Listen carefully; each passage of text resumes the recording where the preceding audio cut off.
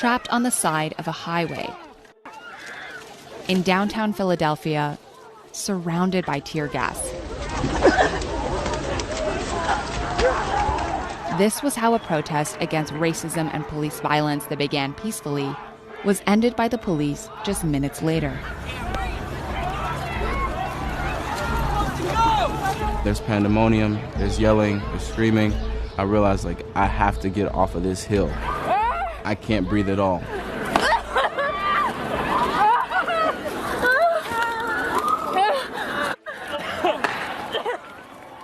Protests have spread across the U.S. after George Floyd was killed while in police custody.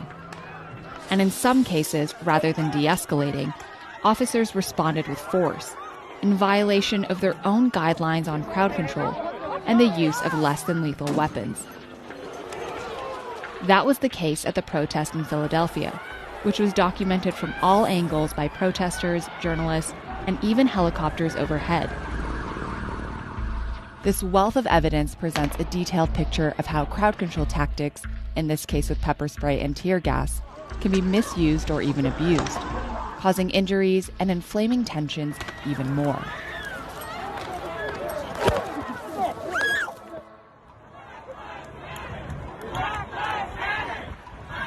It's Monday, June 1st, the third day of demonstrations in Philadelphia. More than 1,000 protesters begin marching. Shortly before 5 p.m., some of them enter the I-676 highway. They're disrupting traffic on a major road, and some are vandalizing the area, giving the police cause to intervene. But we don't see any signs of violence. The people in front kind of signaled for all the cars to slow down. The cars were honking in support of us. The protesters move towards this tunnel, and soon 2 SWAT teams arrive at the front and rear of the march. Their aim is to clear the road and to assist a state trooper who's also at the scene. Philadelphia police initially claimed the trooper was trapped in his car and threatened by protesters. But we can clearly see his empty vehicle. And the car's dashcam footage, released several weeks later, shows that police radio traffic refers to the protesters as peaceful. Looks like they're all moving eastbound towards traffic. All this traffic is stopped. Again, they're peaceful, just walking eastbound. The trooper had actually been able to leave freely and join the SWAT team, contradicting accounts by the city police. All we see is a marcher spray painting the empty car.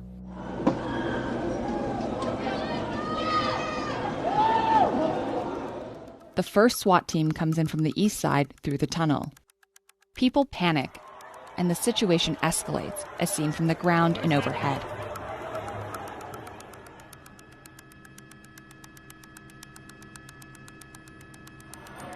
Part of the SWAT team pushes the marchers out of the tunnel using pepper spray. There was 2 or 3 SWAT cops, and they were just shh to anyone who was in front. There wasn't any verbal warning. There wasn't any yo, you guys need to evacuate. Officers target people walking away from them or filming the scene.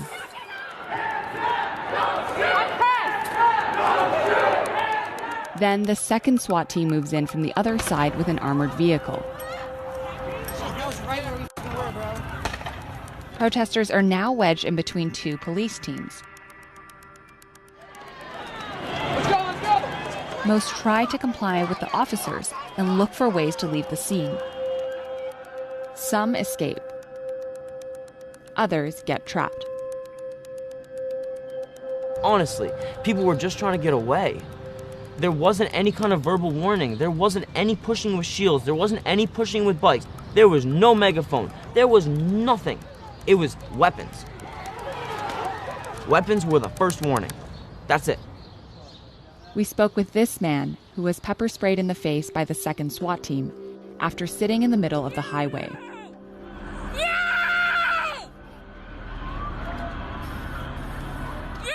When I sat down, immediately 2 women ran and sat down in front of me. And I'm assuming they did this because they were protecting me. When a tear gas canister landed near him, he thought of the women sitting nearby. I can't let them get hurt for something I chose to do. All right, this was my decision. So I picked up the tear gas, I threw it back, not directly at the cop, but just away. And then I immediately sat back down, crossed my legs. He walks up into the girl in front, sprays her, pulls her mask down. The girl next to her sprays her. I hear a spray. He pushes me, sprays me continuously. I could not see. I could barely breathe. Police guidelines state that pepper spray should not be used on disorderly crowds or peaceful protesters, only on specific people acting violently. Next, as one group of marchers leaves the highway and climbs this small hill, we see an egregious misuse of tear gas. At this point, you can see the highway is clear and traffic is flowing. This is crucial. Protesters had clearly complied with police and were trying to leave the freeway, a finding that directly contradicts how the police would characterize what happened. The option of deploying tear gas was selected when it became evident at that time other options were not effective. But the protesters get stuck at a dead end. When the cops came from both sides underneath the bridges, if you hadn't already left, like as soon as cops showed up, there was really nowhere to go. The only escape route, climbing a large fence and wall at the end of a hill. Behind them is the highway. And that's where pepper spraying police officers and the state trooper are, pinning them in. A local videographer named Sunny Singh, who runs a website called Hate56, films the scene.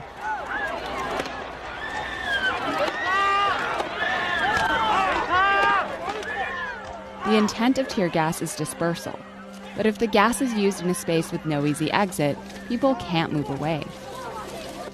At that exact moment, other footage shows that an officer actually directs people up the hill, into the crowds trapped in tear gas.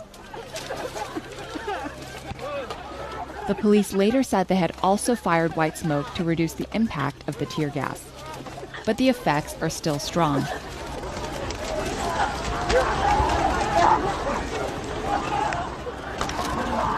According to a health and human rights expert who reviewed the videos, the protesters risk being injured in a stampede. They also risk excessive exposure to tear gas and chemical burns. All I see is tear gas and people scrambling to escape. Drew Underwood was on the hill that day. I pull out my phone because I'm like, nobody is going to believe if I told this story, like what is actually happening. And so as I pan back to my left with my camera, I immediately felt something hit me. I got hit in the face. Underwood believes he was hit in the face by a projectile fired by the police, which scarred his cheek. I did nothing to deserve this wound on my face. The other people that were shot, that were tear gassed, they did nothing deserving of that trauma, but we have to live with it.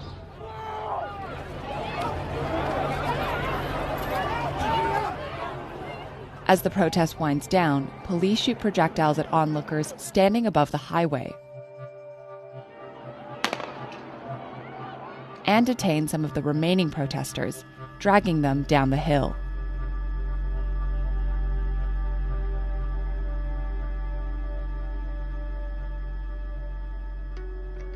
After the protest, Philadelphia police gave their view of what happened on June 1st.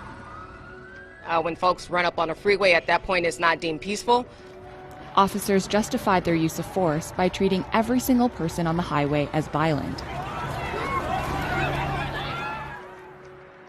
A statement from the mayor said that police were authorized to use tear gas when absolutely necessary in violent situations, if and only if lesser methods did not stop the violent behavior. After weeks of tension, the city announced an independent investigation into the overall police response to the protests. Our own analysis of the June 1st incident found that it wasn't violent, and that police SWAT teams violated protocols by using force on cornered protesters as they were trying to leave the march.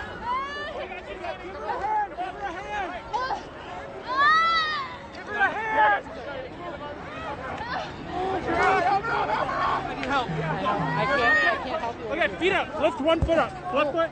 Now stand up.